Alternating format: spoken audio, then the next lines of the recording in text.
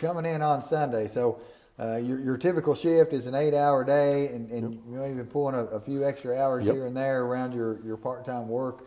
But on Sunday, run us through a typical Sunday at KWI. What happens? Well, you come in and Bobby Peasley's bringing the word, a good topic.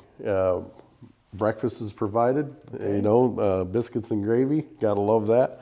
And we sit there in fellowship and talk about the word of the Lord. And usually that lasts about an hour, and then the shop gets open, and we're out there for about four hours or so. And you can either work on what you're working on in the program or anything that you like. Okay. Yeah. And it was really cool because on the days that you get burned out working on your regular program, you could divert your time to something that you never welded before, which is pretty cool. Well, that sounds pretty awesome. Yeah.